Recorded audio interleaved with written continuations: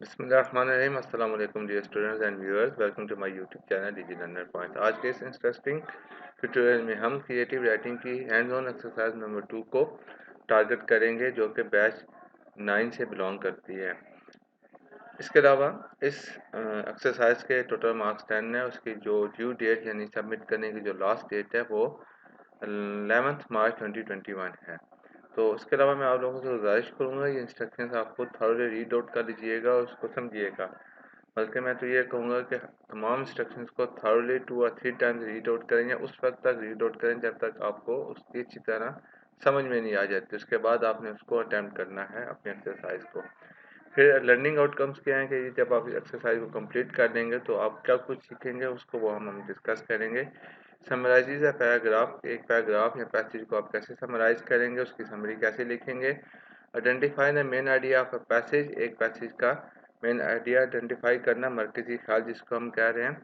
Learn to give appropriate title to your writing, और जो हमने राइटिंग लिखा होगा उसको एक मुनासिब टाइटल असाइन करना। ये सारा आप सीख जाएंगे जब आप इस एक्सरसाइज को कंप्लीट कर लेंगे। तो चलें हम अपने प्रॉब्लम स्टेटमेंट की तरफ बढ़ते हैं और उसको स्टेप बाय स्टेप पढ़ते हैं और समझने की कोशिश करते हैं। Can I read each passage provided in this exercise and ask yourself? कह रहे हैं इस एक्सरसाइज में जो भी आपको पैसेजेस दिए गए हैं आपने उसको रीड आउट करना है, यानी पढ़ना है, अपने आप से पूछना है what is the main idea of this paragraph, इस पैराग्राफ या पैसेज का मरकजी ख्याल क्या है। And then provide an appropriate title for the passage, फिर उस पैसेज के लिए आपने एक मुनासिब सा टाइटल देना है। टास्क क्या है हमारे पास, इसी टास्क को उसने अब बुलेट्स में कन्वर्ट कर दिया है।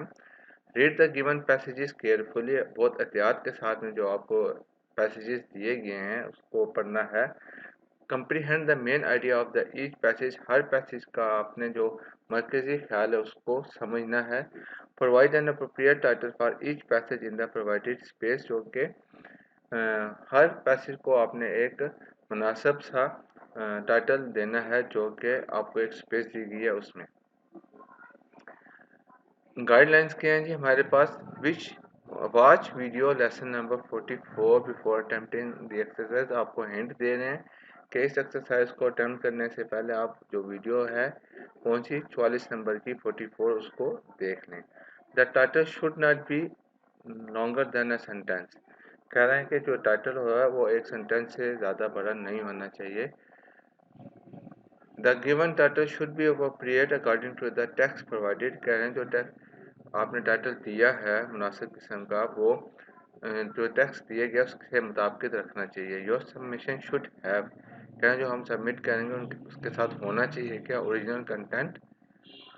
Copy content will not be considered grade वर्दी, कह रहे हैं अगर आपका ओरिजिनल कंटेंट होना चाहिए, और अगर कहीं से कॉपी किया गया है तो उसको किसी सूरत भी एक्सेप्ट नहीं किया जाएगा, उसको कोई ग्रेड नहीं दिया जाएगा। M S Word format only, यानी कि आपने एम एस वर्ड जो एप्लीकेशन है उसको यूज़ करना है अपनी एक्सरसाइज को कंप्लीट करने के लिए। Be creative and have fun, यानी आप तख्लीकी कार लेके आएँ और उससे इंजॉय करें। तो चलें अपने पैसेज की तरफ बढ़ते हैं। पहले जो हमें ये गिवन स्पेस दी गई है इसमें हमने टाइटल लिखना है। चलो हम इसको रीड आउट करते हैं। It is hard to imagine what things were like before there was money, कह रहे हैं ये चीज़ों को तख़य्युल करना बहुत ही मुश्किल है कि उस वक्त चीज़ें क्या होंगी या थी जब मनी से, यानी जो आजकल मनी यूज़ करते हैं उससे पहले। But such a time did exist, तो वो कह रहे हैं कि क्या ऐसा, लेकिन ये टाइम पाया जाता था माजी में। During this times people exchange goods using the barter system, कह रहे हैं उस वक्त जब मनी का कंसेप्ट नहीं था तो जो लोग थे वो बार्टर सिस्टम को इस्तेमाल करते हुए गुड्स को एक्सचेंज करते थे। The word barter means to trade, कह रहे हैं जो बार्टर का मतलब है वो है ट्रेड करना, यानी तजारत करना। People using the barter system traded things instead of buying and selling them, कह रहे हैं जो लोग थे या आवाम थे वो बार्टर सिस्टम को इस्तेमाल करते हुए चीज़ों की ट्रेड करते थे, यानी कि एक चीज़ के बदले दूसरी चीज़ बजाय उसको खरीदें या बेचें, क्योंकि उस वक्त मनी का कंसेप्ट नहीं था। So if you were a rice farmer, you would trade your rice with many people to get all the things that you wanted or needed। कहना अगर आप एक चावल के किसान हैं, चावल उगाने वाले किसान थे, तो आप अपने उस चावल की ट्रेड करते होंगे या करेंगे माजी में उन लोगों के साथ जिनको राइस का इंटरेस्ट होगा, और वो तमाम चीज़ें आप बदले में ले लेंगे जिसकी आपकी ख्वाहिश होगी या ज़रूरत होगी।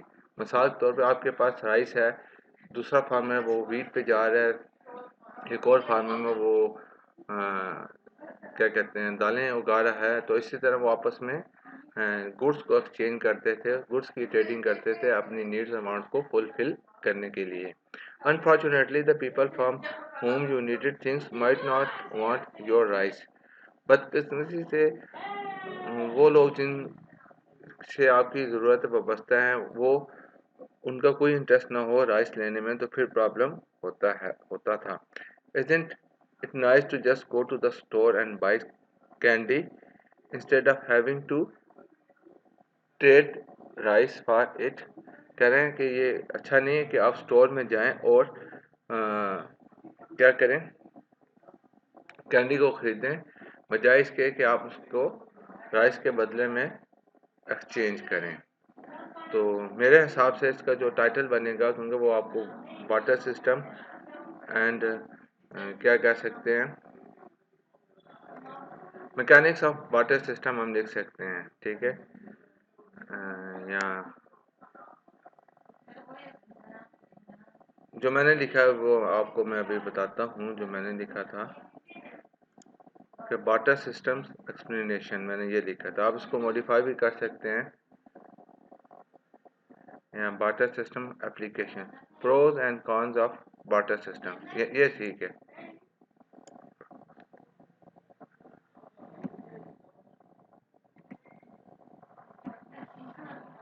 Pro cons of water system, I think it's good. तो अब हम दूसरी तरफ जाते हैं। दूसरा हमारे पास क्या है, money is pretty old but nobody knows exactly how old it is. कह रहे हैं ठीक है, मनी जो है वो काफ़ी पुरानी है, लेकिन कितनी पुरानी है इसके बारे में कोई सही तौर पे नहीं जानता। पर have the oldest evidence of people using money is in the code of your नेमू।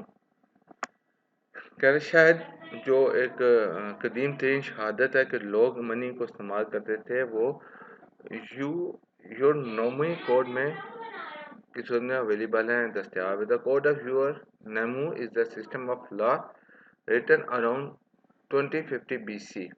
कह रहे हैं कि कोड ऑफ योर नेमू है वो एक कवानीन का निज़ाम है जो कि लिखा गया था 2050 BC के करीब।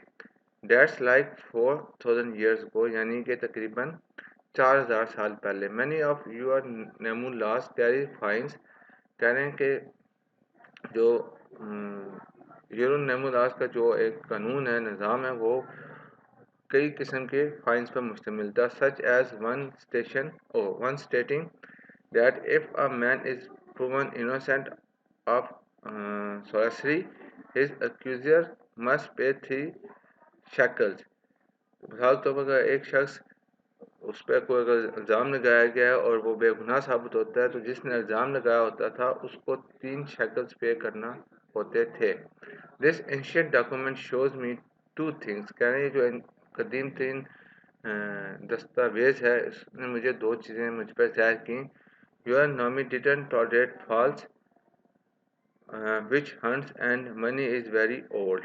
कि जो नेमू कवानीन का निज़ाम था वो झूठ को बर्दाश्त नहीं करता था, और मनी जो है वो बहुत पुराना कंसेप्ट है। तो हम क्या लिखेंगे इसमें जी, जो दूसरा टाइटल है जो मैंने यहाँ लिखा है वो है एवोल्यूशन ऑफ मनी। उसके बाद हम जाते हैं अपने तीसरे टाइटल की तरफ, पैसेज की तरफ। One problem that the US faced when rebelling against the British was currency. कह रहे हैं कि एक प्रॉब्लम जो था जो यूएस फेस कर रहा था वो था कि ब्रिटिश की करेंसी के साथ उसकी रिबेलिंग चल रही थी. While under British control, colonists mainly used British paper money and foreign coins. कह रहे हैं कि वो इलाके जो कि ब्रिटिश के मातहत थे, वो कॉलोनियाँ जैसे कि बरसगीर वगैरह हो गए या और भी बहुत बड़े इलाके थे जो उसकी कॉलोनीज़ में शामिल थे, वो ज़्यादातर ब्रिटिश की तरफ से जो पेपर मनी जिसको मनी भी कहते हैं या फॉरेन कॉइन्स थे वो इस्तेमाल करते थे. But after forming a new nation the American needed their own currency. तो लेकिन एक नई नेशन के ज़हूर के बाद अमेरिकन को ज़रूरत पड़ी कि उनकी अपनी करेंसी हो. They created Continental currency. उन्होंने कंटिनेंटल करेंसी को क्रिएट किया. Congress issued about 240 million Continental dollars during the revolution.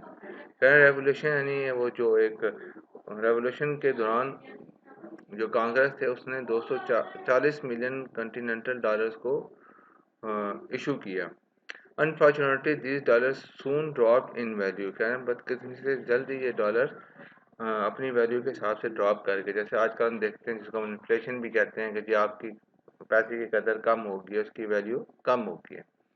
This give rise to the popular expression not worth a continental. और इस सूरत हाल ने उस मशहूर एक्सप्रेशन या सेइंग को फरमान चढ़ाई कि कंटिनेंटल एक कीमती शय नहीं है. By the end of 1778, continentals were worth 1/50 of their face value. कह रहे हैं कि 1778 के इख्तिताम तक जो कंटिनेंटल्स थे उसकी वैल्यूज में 1/5% कमी हो गई थी उसकी फेस वैल्यू के मुताबिक. By 1780 1780 तक they were worth 1/40. तो अब उसकी वैल्यू अगर वो जब इशू किया गया था तो उसकी वैल्यू अगर 100 थी तो अब उसकी 1780 में कम होकर 40 रहेगी. 140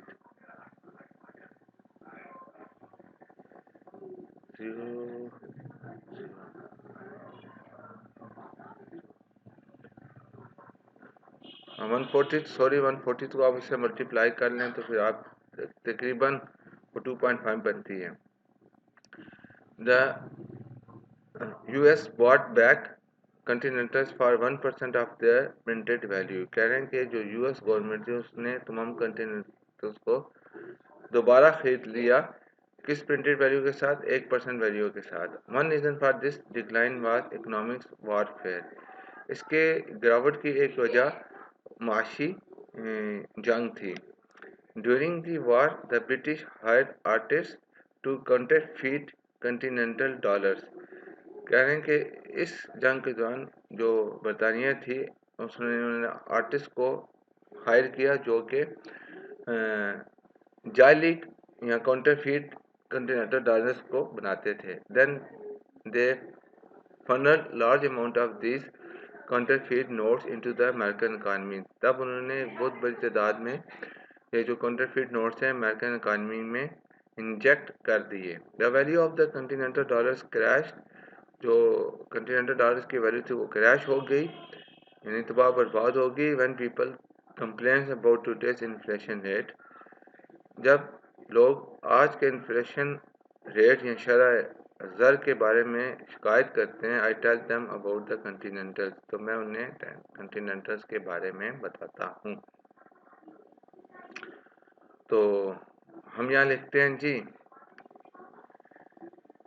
अच्छा, कंटिनेंटल डॉलर्स देखते हैं. अब उस वक्त क्या लिखा था, अभी मेरा थोड़ा सा माइंड चेंज हो गया है.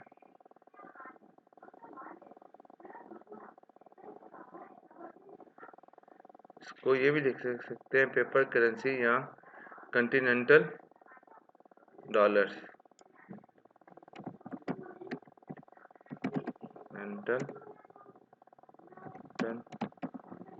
डॉलर्स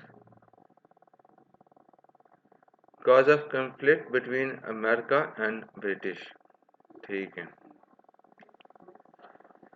मेरे हिसाब से ये है जी। उसके बाद हम जाते हैं फोर्थ पे।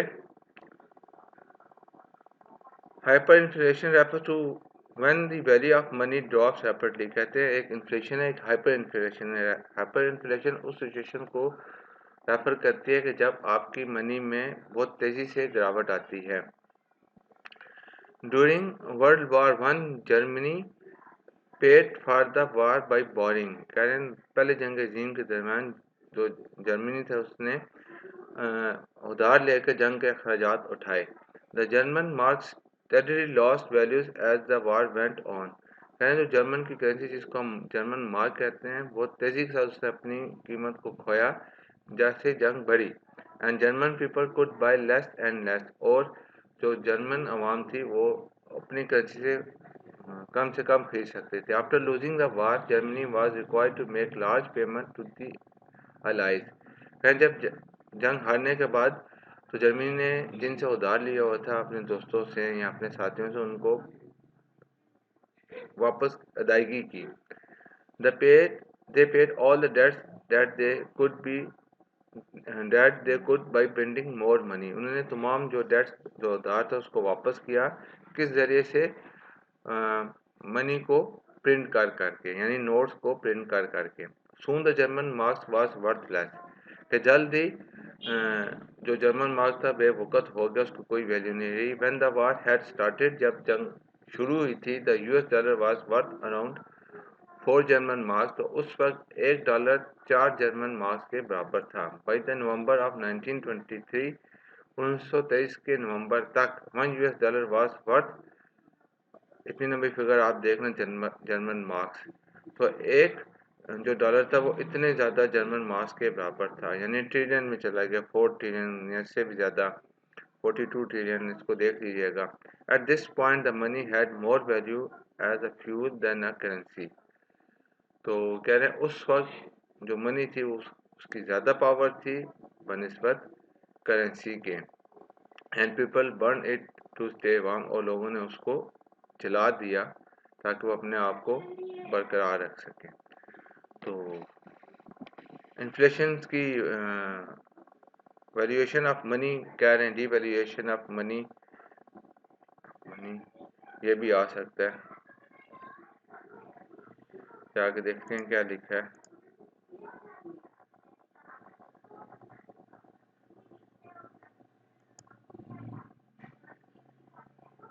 ठीक है, हाइपर इन्फ्लेशन वार ये भी हो सकता है।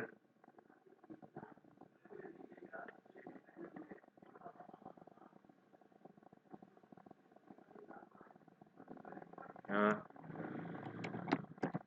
causes of hyper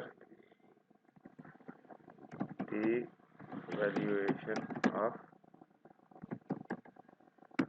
करेंसी, ये भी आप लिख सकते हैं।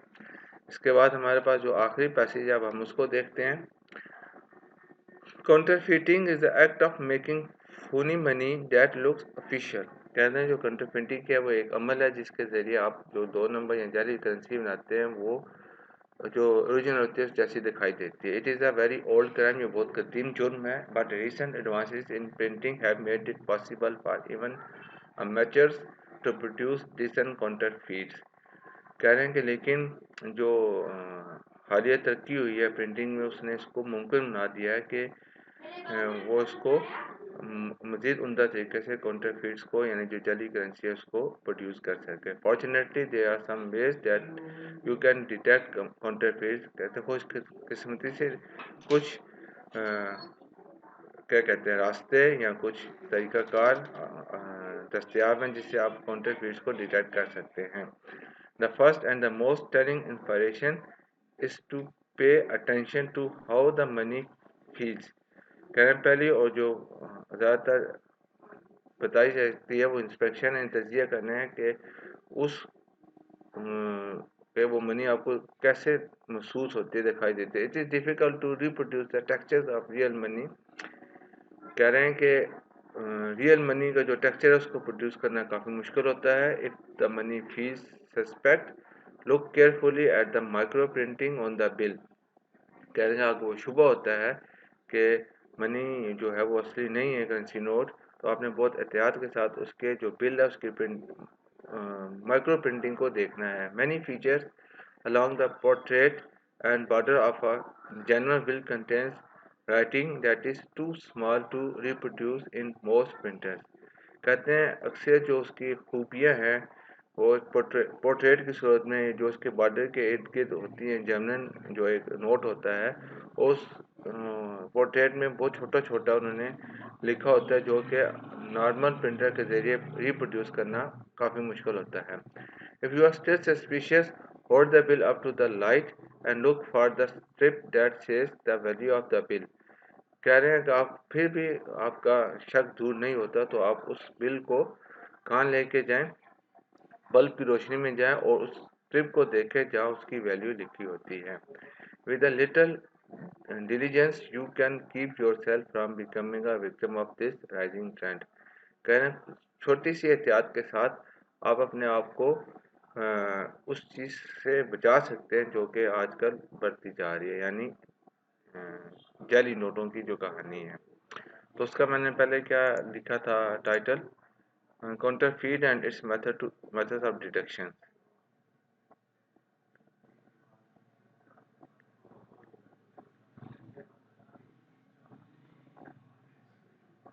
ठीक है,